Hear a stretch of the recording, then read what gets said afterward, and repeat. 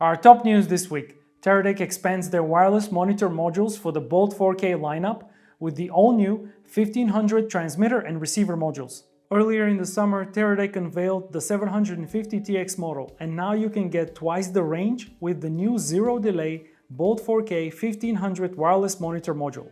Designed to seamlessly integrate with the Small HD Smart 7 monitors, such as the Cine 7 and the Indy 7, as well as the 702 Touch. The new longer-range monitor modules can transmit and receive video signals from 1080p up to 4K 30p at distances of up to 1500 feet line of sight. In addition, the new 1500 TX and RX models also support unlimited Bolt receivers when in broadcast mode. And last but not least, wireless camera control for ARRI cameras is supported, while a future beta firmware will enable Red Komodo remote camera control as well. Atomos has announced a new loyalty discount offer, giving Atomos 7-inch monitor owners a chance to save £400 towards the purchase of a Ninja V Plus Pro Kit. This is a limited time offer and lasts until the end of September.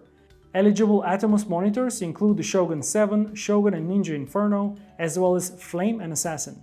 Announced earlier in the year, the Ninja V Plus packs the latest Atomos monitoring technology and support for 8K ProRes RAW from cameras such as the Canon EOS R5, while the Ninja V Plus Pro Kit also adds SDI connectivity, giving Sony FX6 and FX9 users the ability to record 4K ProRes RAW up to 120 frames per second.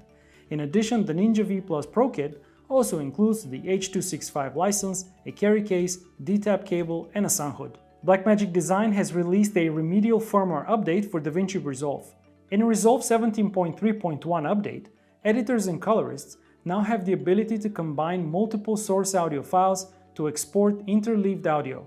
In addition, this update also fixes a few issues with YouTube and Vimeo sign-in for Windows, and also makes improvements to working with tablets.